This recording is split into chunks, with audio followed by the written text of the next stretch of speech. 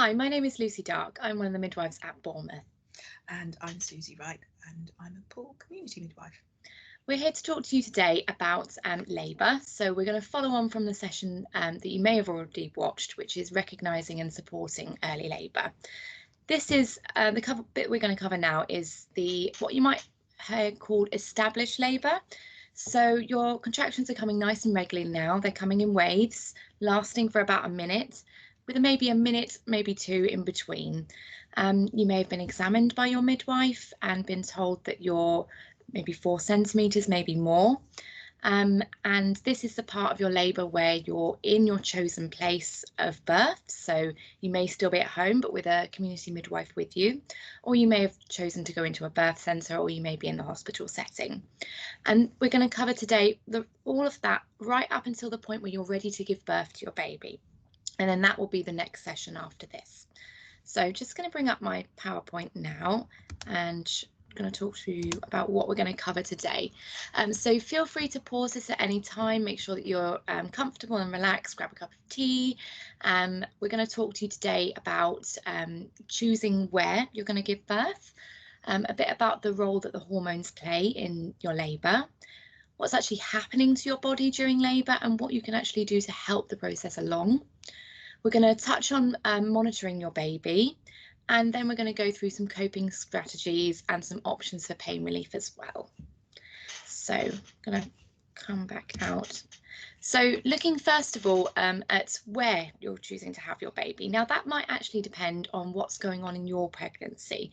So generally if you're fit and healthy and you've had no problems in your pregnancy, you don't have any significant medical conditions, then you might be what we call low risk. You might hear your midwife talking about this. If you are what we call low risk and you're nice and healthy and straightforward, then you essentially have all of the options available to you as to where you'd like to give birth. Particularly suitable to have your baby at home. So starting off with home, if you are nice and low risk, it's actually been shown that giving birth at home is as safe or even sometimes safer than giving birth in a hospital. And this is due to the reduced rate of intervention. So once you actually go into a hospital, you're slightly higher risk of needing a little bit of help with your labour. Once we do one intervention, like breaking your waters, it can sometimes lead to more. So actually by not even leaving your house, you're putting yourself down a really nice path and giving yourself the best opportunity to have a normal vaginal delivery.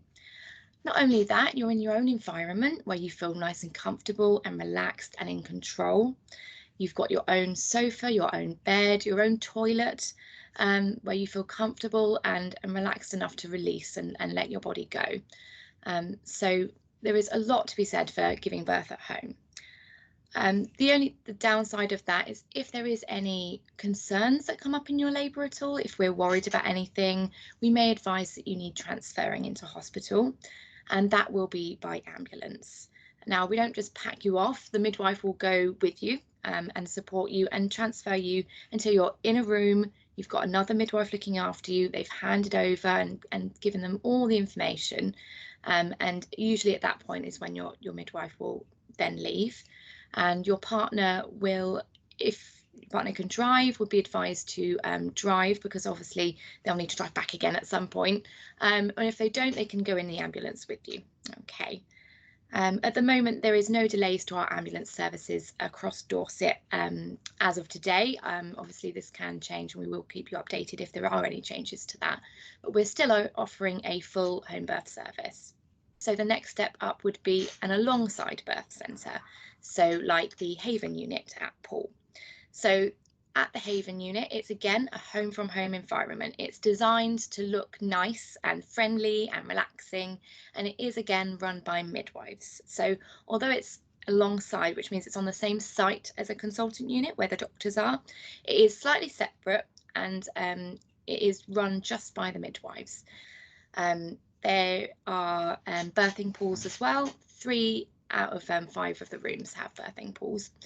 So it is just a really nice alternative if you're not quite up for a home birth or you don't, live in catchment for Bournemouth, then it is a really nice place to go. Okay. Next step up from that would be the consultant unit, and you may be advised to go to the consultant unit if you have any medical conditions, or if you if anything has come up in your pregnancy that we maybe just want to keep a closer eye on, then you may actually be advised to go to the consultant unit. Or you can choose to go to the consultant unit if you feel that they offer a certain pain relief that you would prefer. So if you're thinking, I would like an epidural, thank you very much, then you might actually decide that consultant unit is more appropriate for you, rather than starting off somewhere where you know you can't have that. Okay, so there is actually a birthing pool in the consultant unit at Poole, and it is usually available. So if it is something you'd really like to use, but you have been told you need to go to the consultant unit, then speak to your midwife when you do your 36-week birth plan, and they can advise actually whether that's suitable for you. And just ask if there's anything that you want. If you want aromatherapy, if you want to use the pool, if you want to use your TENS machine, hypnobirthing techniques, and all of those things, we can accommodate in all of these areas. Okay, so don't think that, oh, I've got to go to a consultant unit, it's not going to be very nice. We can make it nice for you. Okay, you can bring in your own pillow, you can bring in some fairy lights, some of those little electric candles if you want. Make the room your own. Okay, so those are your 4 options of where you'd like to give birth. Have a little think about it and have a little chat with your midwife at 36 weeks. If you are over that and you've just decided that you weren't aware of all these options, then just at your next appointment, have a little chat with your midwife, and she'll help you through with that. Okay, so just going to pop the slideshow back on now. So we've talked about that. And now Susie's just going to go through the role of the hormones. So your hormones are, we have various hormones that are around at the start of your pregnancy, just to help your pregnancy progress and for your body to accommodate your baby. So relaxin is one of the hormones that of the pregnancy that will be there throughout. It will be there right at the very start, and it will be there up until baby is born, and sometimes a little while after. So the relaxin hormone helps your muscles, your joints, your bones to flex and ease, to allow for your pregnancy. And as your pregnancy grows, you'll probably feel a few aches and pains in your pelvis area, in your rib cage too, and in your hips, that sort of thing. And that is just that hormone doing its work to help your baby grow and your pregnancy to develop. Progesterone is there in sort of quite large amounts in your pregnancy. It helps your pregnancy, it helps you keep hold of your pregnancy. It is there right up until you start your labour. So it's one of the trigger signs for your baby is to sort of start lowering the progesterone and start raising the estrogen levels. So we need those to be acting together. It's all working together. You won't notice this, or you may do. Some people say that they can feel all of those sorts of things happening. Oxytocin is a huge deal. That's what got you here in the first place. That's the loving hormone that is going to be there in that labouring room with you. We hope in large amounts. That's what we want to be working to help you in your labour. So oxytocin is also something that we use a chemical form of at various stages to maybe help encourage your labour with the contractions, and also afterwards when the baby's born. I know the girls will probably talk about that in the next session of birth, but oxytocin is a thing. It's the love hormone. It's very shy, and you have to be respectful of that, which is something that we do appreciate that. Endorphins are your natural pain relief. It's there when you're feeling nice and calm and relaxed. You feel that you're not being watched. The room is respectful and loving. We've got the lights on dim. I mean, all the rooms now have got dimmer switches, which is amazing. We used to have to rely on a torch, which is never a good thing in a labouring room when you're trying to write your notes, hey. But we can now dim the lights down to encourage all of these hormones to do their thing. So we've got a little recipe there for labour. Your birthing environment is so important to get these sorts of things right, to encourage your labour to progress the way that you want it to. Adrenaline. Now, we used to talk about adrenaline being a bad thing to have in your labour. Adrenaline is your fight or flight. It's there as an action. I call it the action hormone in your labour. So you need it in small amounts. You need it there in the background because that helps you progress. It is also something that will be triggered in larger doses if you are in pain, or you're scared, or if someone comes in and is just a little bit noisy, switches on the light and starts chattering to you. So adrenaline rises to stop your labour or calm it down.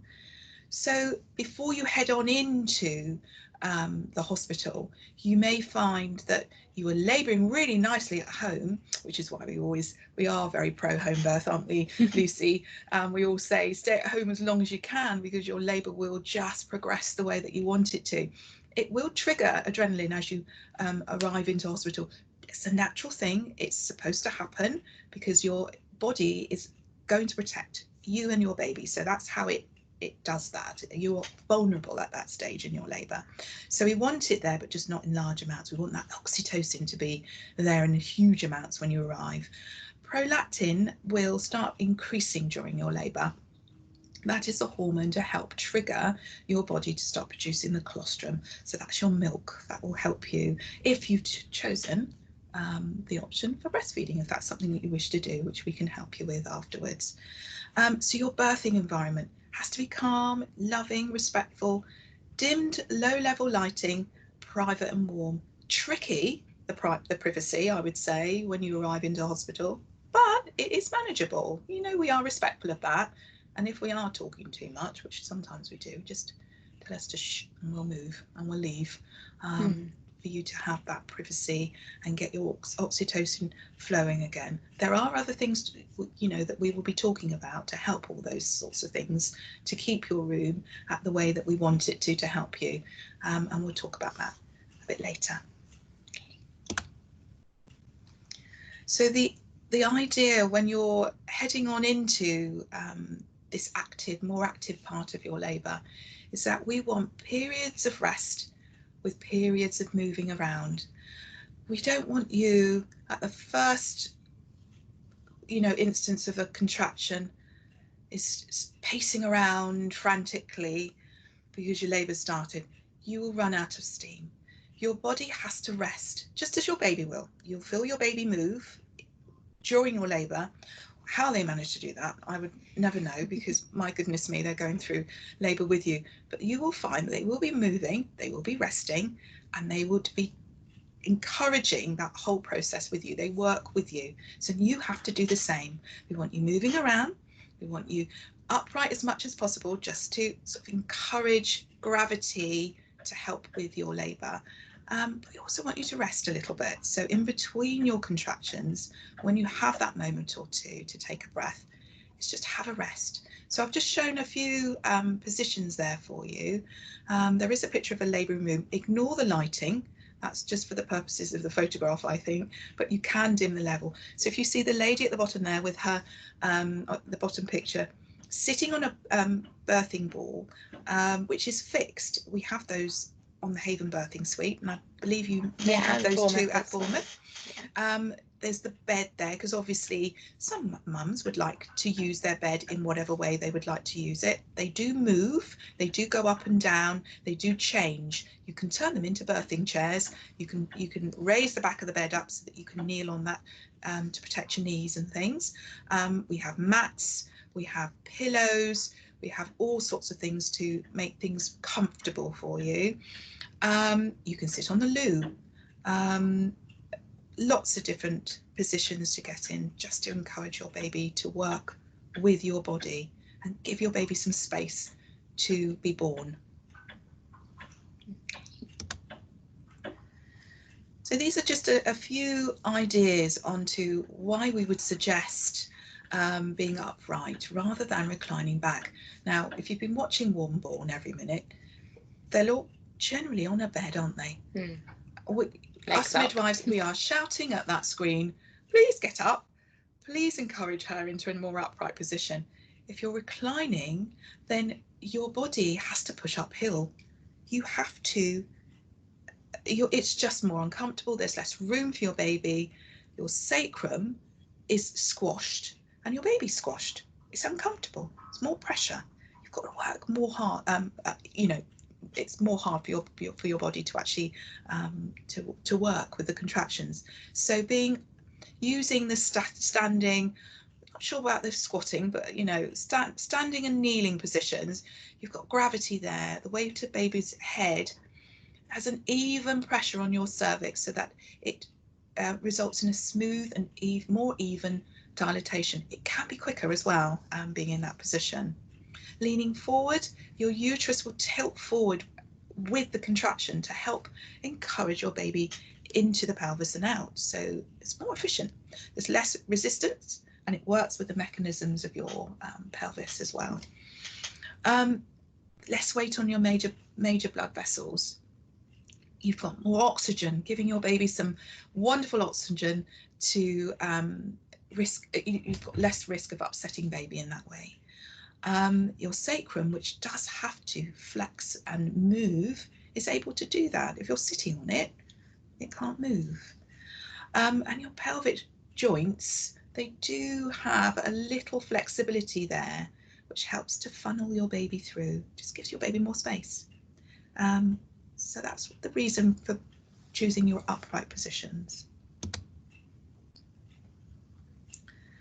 So we have a visualization technique that may help you, not just for labour, it can help you when you're feeling a bit stressed in any part of your life. You know, if you've gone to work and things are a bit stressful there, take a few moments just to do some deep breathing, just to calm your breath, calm your body down, and take a few moments to relax and refocus. So if we'd like to take a few moments just to go and get some ice, if you can. If you've got something cold that you can hold, and a towel maybe to go on your lap, put the ice into a pot and bring it back. You can make yourself a cup of tea if you like, and just relax. I'll just go through a few techniques with you just to help you, but a technique for you to use whilst you're in the labour room or at home. So hopefully you've got your ice now. So I want you to just focus on your breathing. Take a few moments just to breathe in and out. In through your nose and out through your mouth. So blow it out. Focus in on that breath at the speed that's comfortable for you. In through your nose and out through your mouth. You can close your eyes, you can leave them open. I'd like you to visualize a nice sunny space, a blue sky, no clouds, nice and gentle with that breathing, in through your nose and out through your mouth. Take some glorious oxygen in, down to your baby, and breathe it out. One surge, one contraction at a time. You're blowing that away, breathing it away, nice and slowly. So in, 2, 3, 4, and out, 2, 3, 4. In, 2, 3, 4, and out, 2, 3, 4. So hopefully you're feeling nice and relaxed. Bring your awareness back into the room now. Be aware of your surroundings, the seat that you're sitting on, cushions behind you, the floor. Stretch your fingers out, gently shake and open your eyes. So that's just a very small technique that you can use at any stage. Now, what I would like you to do, I'm going to time you. I'd like you to hold the ice in a moment in your hand, and I'm going to time you for 30 seconds. So, has everyone done that? Okay, are you ready? So slow your breathing down. Hold that piece of ice in your hand. Use the technique if you wish to. Remember to breathe in through your nose and out through your mouth. Visualize that wonderful clear blue sky. And if you wish to, you could put a balloon in your visual. Every time you breathe in, it's there, nice and steady. Ooh, and stop. Drop the ice into that pot. Wow, that was 30 seconds. That went quite quickly. So we're going to do that again. So dry your hands with a towel. We'll do that for a minute now, because your contraction can be anything up to a minute. Sometimes it's a bit longer, but the average is about a minute. So are we all ready again? Okay, hold the ice in your hand. Feels a bit chilly there, doesn't it? Nice and cold and wet. So use your technique. Close your eyes if you want to. Breathe in through your nose and out through your mouth. Blow that away. Keep breathing. Visualize that balloon. If you hold your breath, it will dip down away from your vision. Blow it away. And in again. And out. Nearly there. Breathe it in. And blow it away.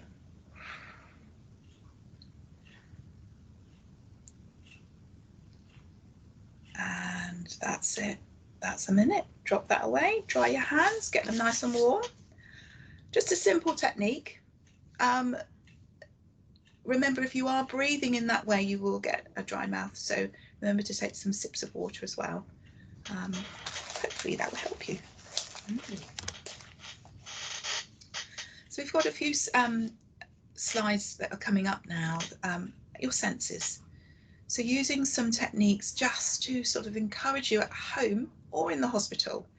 You can bring all sorts of things in with you. Obviously they have to be safe. So anything electrical may be a thing. Your midwife might say, well, actually that's not appropriate, but we can talk about those things, and you can discuss that with your midwife at the 36-week appointment when you have your birth plan. So the first sense is smell. That's what we're going to talk about. So what is it that brings to your mind when you think about your sense of smell? Are we thinking about nice smells, or are we thinking about these odd smells? What sort of smells? So when you are in your early pregnancy, before 12 weeks, most of you would have probably felt a bit nauseous, a bit sick. Certain things would have triggered you. So were there things that helped to ease that? You know, people talk about ginger biscuits, peppermint, those sorts of things. And if you were to smell them now, would they be nice or not? So that's what we're thinking about. The citrus, you know, citrus orange. When you peel that skin, you get a lovely spray of this wonderful orange. Is that a nice smell to you? Is that something that's refreshing? Would it be helpful? So yes, whether your other half would, or your birthing partner would want to bring a box of oranges in to the labour room to peel in front of you whilst you're in labour. We might have to share those oranges out. But the orange smell, aromatherapy, those are the sorts of things that we're talking about. There is a little vomiting emoji down there as well, which I've put on there, just because there will potentially one or two of you may feel a bit sick. So there are things that we can do to help with that. If you have chosen the option of aromatherapy oils, there is peppermint oil that can help with that feeling. We could give you an injection if we needed to help settle that down for you. You will dehydrate yourself again, so we would, try to encourage you to have some sips. of some water or anything else that you'll be able to keep down. And there's also a little poo emoji. Poo's a thing. It is a thing. So before you head on into that birthing moment, there may be the arrival of some poo. It is a thing. Babies poo, we all poo. So it's going to be in the room. It's just there so that you are aware of that, and that it doesn't scare you when that happens, because, you know, we've talked about it. It is there. It is a good sign for us. If mums say to us, I think I need to go to the toilet, then we kind of think, well, wow, baby's really low down in that pelvis. That's a good thing. Better out than in, and we deal with that. So it is what happens in the labour room stays in the labour room. So that's smell. Taste.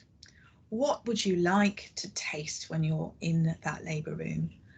Thinking about the energy that you are going to be using up.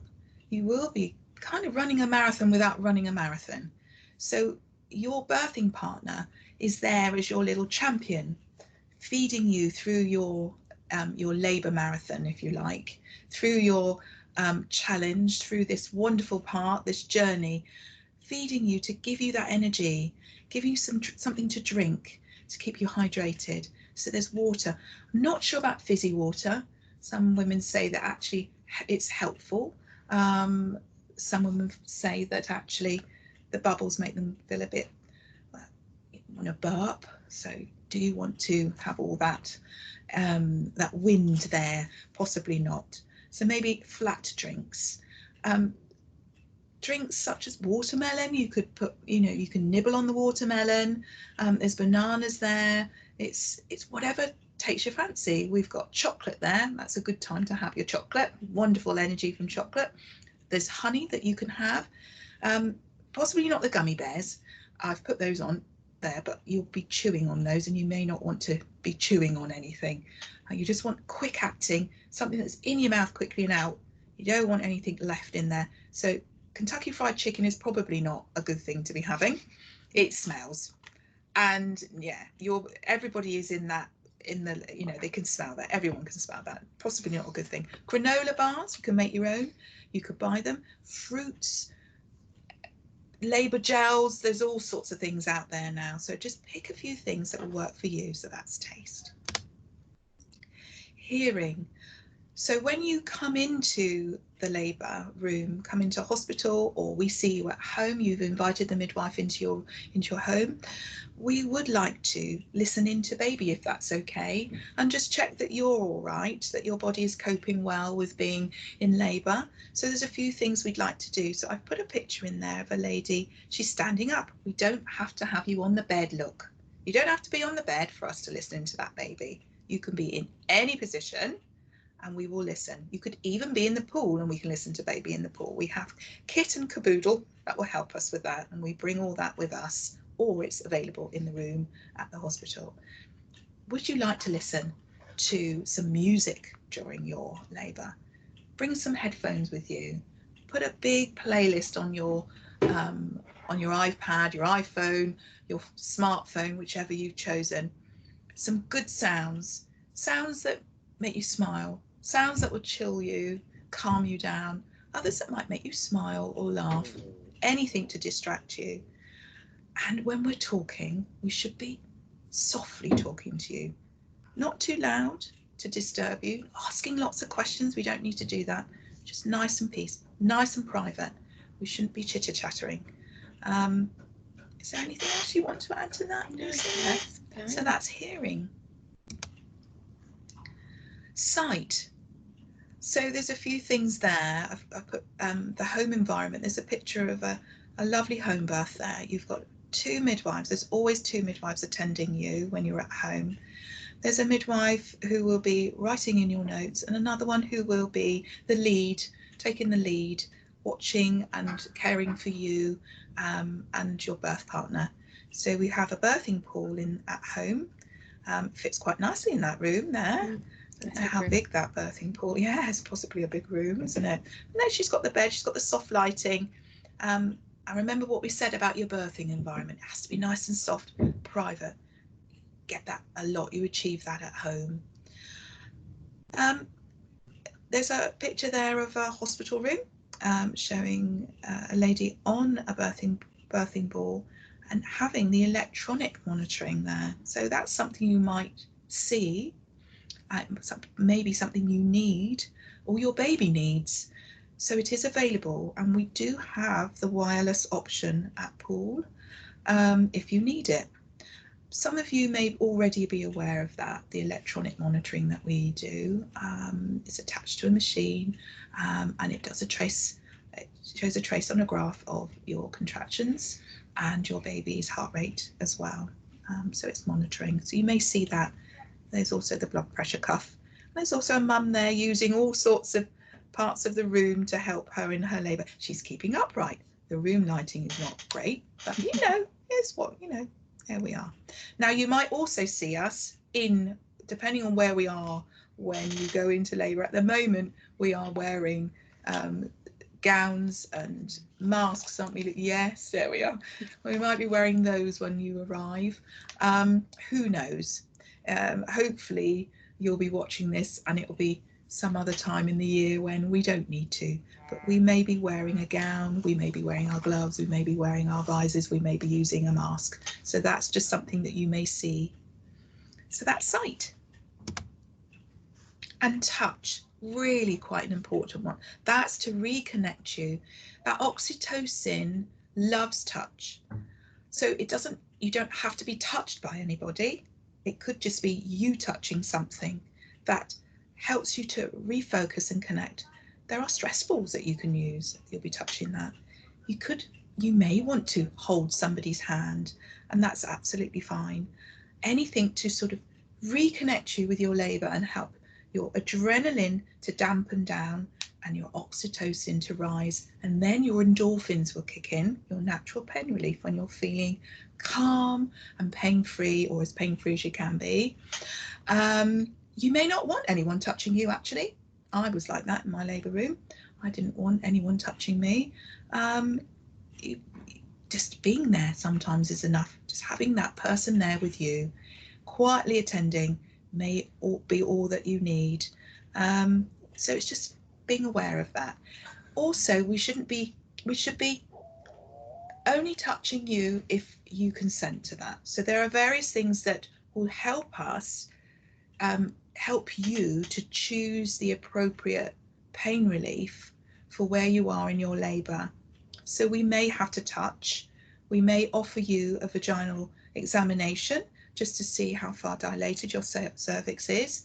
Can be uncomfortable. You don't have to be on the bed, but again, that all depends on how skilled the midwife is who is attending you, as to whether she would ask your permission to be out of the pool to do that, or in the pool. Depends on where her skills are with that, but we should be asking you. And obviously to touch you, to do your pulse and your temperature and your blood pressure. So there's all those sorts of things. So it's just to make you aware of that. And the main thing with all of this is work within your own pain threshold. This is your body and your baby and your journey together. So little reminders there. Think of your environment. If you're feeling quite stressed with the whole thing and everyone's a bit worrying and you're in pain, think about things that will enhance your hormones for that labour. Think about that recipe that we talked about. Privacy, switch off your phone. Do you really want pinging notifications from Great Aunt Maud who's asking where her great niece is arriving, or, you know, all those sorts of things? You can tell them afterwards. Switch it off. Think of the music. Change your position. Do you need to get out of the pool and go for a little wander around the room? The rooms are big enough for you to have a little wander around now, which is amazing. They're all en suite, so you've got your own bathroom, which is amazing too. I'm quite impressed with all of that now. Do you need your affirmations? Do you need to be chanting, breathing, refocusing? Do you need to eat or drink? Let's re-energize, refresh, replenish, hydrate. And obviously you then, when you're drinking, you're going to need to go to the loo. Empty that bladder to give your baby some space. You can get out of the pool. We can bring a bedpan to you. You don't have to get out of the pool. You can just stand up. Get into or get out of the warm water. To get into the pool, the deep birthing pool, we do suggest you should be around about 5 to 6 centimetres dilated, and that will encourage your labour to progress. You get a 2-hour wonderful oxytocin rush that will help you. Now, if you get in there too soon, it may soothe things down. So just maybe think about that if you're getting a bit stressed and worried and in pain. So maybe use the water as your little labour toolkit. It's one of those things that you can use. Get close, reconnect, have a cuddle, massage, help. It can be helpful to hold hands, and speak to your midwife if you need something more than what you have brought and what we're offering. There are other things other options for you, and we'll talk about those next, I believe. Yeah, so if you've tried all of those things and you feel that actually you need something else, there are some options for pain relief, and that will depend on what birth environment you have chosen. So starting at the very beginning with a TENS machine. So a TENS machine is actually some sticky pads that go on your back and provide like electric impulse that goes through. This is something you can buy or rent, and it's really good for that early stages of labour. Although you might want to, once you've got used to it, you might want to keep it on for your whole labour, and that's absolutely fine, provided you're not in the pool. So as you well know, electricity and water do not mix, so it is one or the other on that point of view. But the point of the TENS machine is actually your body processes touch before it processes pain. So by combating the pain of the contraction with this touch sensation in your back, it actually helps you to your brain to actually mask the pain, and it's a natural way of coping. There's the hypnobirthing techniques as well, and we touched on visualization and relaxation techniques.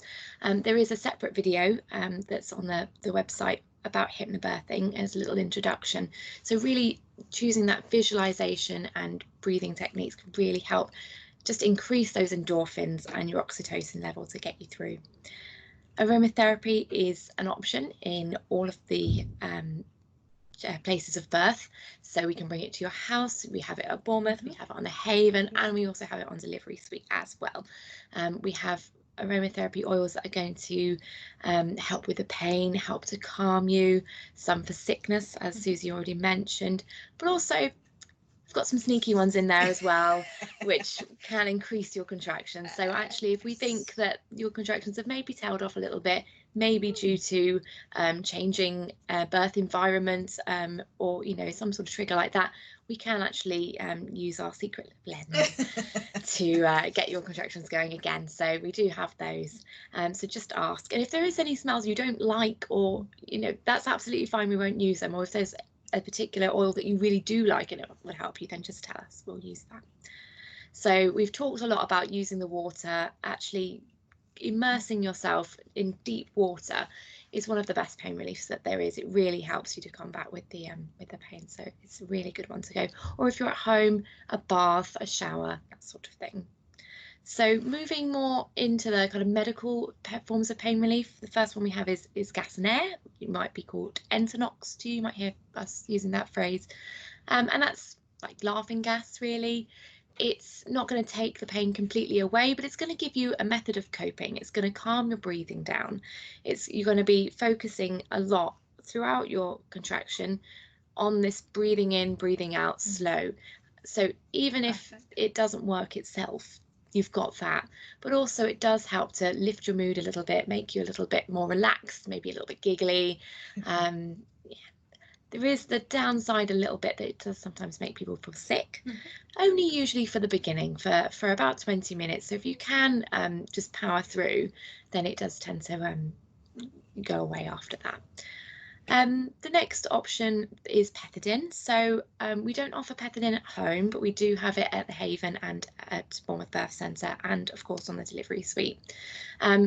There's a website I'm going to pop on the next slide that you can have a little look at, that gives you all the benefits and risks of all the pain relief. So just so that you're aware, it's an injection in your leg, and it just helps to relax you. It's from the morphine family. The next step up from that would be an epidural. So you may have heard of an epidural or a epidural tap, a spinal tap, something like that. Essentially what that is a catheter that goes into your back and injects some local anaesthetic. It's going to make you numb from sort of mid-tummy downwards. And that aims to get rid of most of your pain. So in 90% of people, it will get rid of your pain. And in the other 10%, sometimes it needs to be recited and redone. But that is probably one of the best forms of pain relief if you choose to use it. But there's a lot that comes with that. So that does mean being in the bed, having a drip, having your baby monitored, and maybe even having a catheter in your bladder as well. So it depends. If you are already on a drip for another reason, if you're already having your baby monitored, maybe that's not going to affect you too much. But if you were in the water pool at home, then it's, it would be quite a big change. There is another form of pain relief as well that you'll find on this website called remifentanil. That is only available at Poole, so we don't have that at Bournemouth, they don't have it at Dorchester, it is only Poole in our county. And that is a drip that goes through your hand that you are actually in control of. So you press the button and this pain relief, again, a bit like Pethidine, it's from the morphine family, that kicks in and gives you that pain relief. There is, again, quite a lot involved in that one. You would obviously need to have the drip. Some people require a bit of oxygen through their nose as well. So it is a little bit more to it than the other forms of pain relief. So if we just move on to the next slide, then you can see labourpains.com has a really clear list of all your options that are available to you, and it will in depth go through the risks and benefits of all of them, so you can make really an informed decision. To us, it doesn't matter which one you pick, okay? This is your birth, and don't let anybody try and influence you from that point of view. It's your birth, and we will go with whatever you want as long as you are informed and you've made a decision based on all the facts, okay? There's other helpful resources such as the Maternity Matters website, which you must have accessed this from anyway, so you must be aware of that website. There's also the fedent.org, and that is all about the alternative forms of pain relief. So we've touched on we touched on aromatherapy and hypnobirthing, but it's also got acupuncture, acupressure, reflexology, if you're interested in looking at those options. But actually having a trusted birthing partner with you, somebody that you know and trust and feel really comfortable around, is one of the best things that's known to help. And even now, at the moment with the COVID pandemic, we are not going to take that away from you. We're still very much encouraging that as long as your birthing partner doesn't have any symptoms of COVID or doesn't need to isolate for any reason, that they come in with you. And if they can't, choosing an alternative birthing partner, okay? We don't want you to have to come in on your own. We very much want you to have that support. Absolutely. Okay. Right, so the useful links are in the they'll be on the presentation. So I think that is it from us. Susie, is there anything else you wanted to add? No, I think we've covered everything. Lovely. We wish you well on your journey. That's what I would like to say. And we did touch on earlier, we will be wearing our PPE, our personal protective equipment, when you come in. So you may see us wearing these masks. When you go for your appointments, you might be asked to wear one of these masks as well. But just know we are smiling underneath our masks. Okay. You can't put that on the top. Yeah, it's a shame we can't draw on all of them. Lovely. So thank you very much for watching, and feel free to have a little look at the other videos that we've got. Okay.